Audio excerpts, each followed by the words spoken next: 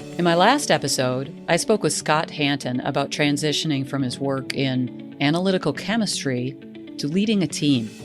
He had moments to make a career-changing decision. There are times when you have to do the research and analysis for a decision, and other times when you need to make a snap decision like Scott did. For the first decades of my life, I went where the wind took me. It was as if I was in front of a buffet and wanted to taste everything without committing to one choice.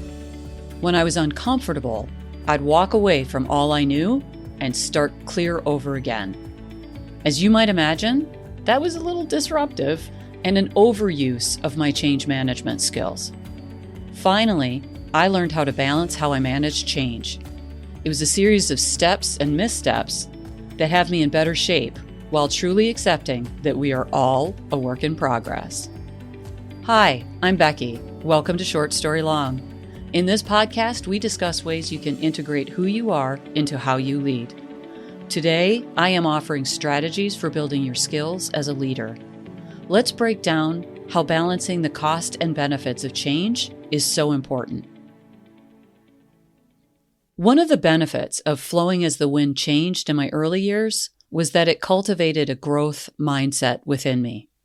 You may have heard of the book by Carol Dweck, where she describes the difference between a fixed and a growth mindset. A fixed mindset is the belief that abilities and intelligence are set and cannot be changed. A growth mindset perspective is foundationally the opposite. With that, you recognize that obstacles, challenges, and changes provide something to learn, no matter the result. It can be hard to make a shift or to decide to take on something new because you see the possibility of failure or embarrassment. When you embrace that growth mindset, you realize it's a challenge and you won't know everything. Growth can happen fast through transformation, or it can happen slower through commitment and perseverance.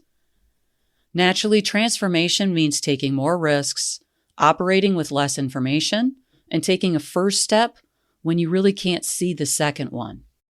Scott was faced with a choice between working for someone he would not want as a leader or taking on the role himself. He knew he wasn't an expert in leadership, even though he had some foundational experiences. He was asked to take a major leap into a role with a different context and a career goal that looked nothing like his prior goals. How do you even make a choice like that? The truth is, some of you will never enjoy the experience of agility. I'm a little odd in that I enjoy the rush of reviewing all the angles with a little bit of time pressure.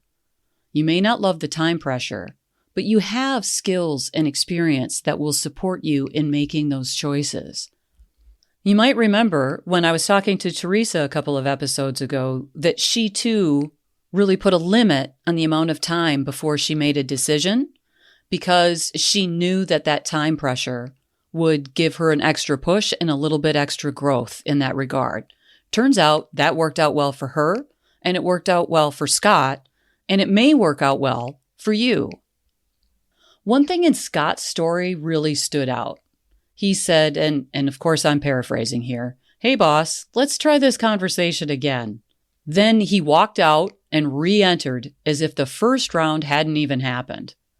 After gathering small pieces of critical information, he took a step back, reviewed, and embraced making a decision. Scott prioritized based upon what he knew and made the best decision possible in that moment. Truthfully, if a conversation with friends and family had him regretting the decision, he could have gone to work the next day and said he changed his mind. Who knows what the company might have said, but that's secondary. He still had agency to change course if he wanted. That's actually usually the case. A change you make usually doesn't eliminate other options permanently. Sure, in some high-stakes situations you might, but that's not the most common. Agility finds good partnership in iteration. You might say to yourself, I chose this, but I'm going to change my direction by a degree or two. I want you to reflect on that for a moment. How many people would notice a couple degrees of course change in what you decide to do? And if they do, what flexibility and empowerment will you request when you are making a big change? Another relation to agility might be a sibling to iteration. That is, to fail fast and learn from your mistakes. So, okay, imagine Scott becomes a leader in the organization and finds out it is super hard for him. Maybe he makes a few mistakes along the way. He actually even said that he did. He absolutely failed fast and learned from those mistakes. He didn't have some of the skills, and it left him with less resources than some of his peers. He was motivated to learn that skill, and even later outperformed those colleagues. It's not bad to have knowledge, skill, or experience gaps. When you embrace a growth mindset, you recognize you can learn what you need to learn. Whether you made the right decision or created the right change is actually in the eye of the beholder.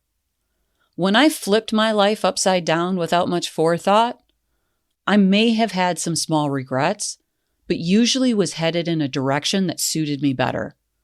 Thankfully, I've learned to temper how much I change at once, though it is still quite dangerous when you hear me say, I have a cool idea. There are a few key points that you might want to bring to mind when it matters that you are effectively agile. One thing is that growth mindset. You do have the ability to learn new things. Your intelligence can grow from wherever you are today. One of the other things that I think is really key is that recognition that you can make slight adjustments and course changes as you go, because making a choice doesn't actually eliminate all of the other alternatives. The other strategy I talked about today is to fail fast and learn from any mistakes you believe you've made. You likely have higher expectations of how you perform on that new thing for the first time than anyone else around you. Give yourself some of that grace, fail fast, and learn. You may never love it, but you can gain more comfort with agility. You have what it takes to shift and flex. You have the ability to solve problems. Sure, it's worthwhile to ask yourself about the worst that could happen. I ask my clients about that all the time. It's also worthwhile to imagine a world where things work out. There's a non-zero chance of good things happening. So you can embrace that too. Thanks for listening. If you found this episode helpful, share it with someone who could benefit from it. Until next time, I'm Becky Fraser, reminding you to integrate who you are with how you lead. Okay, bye.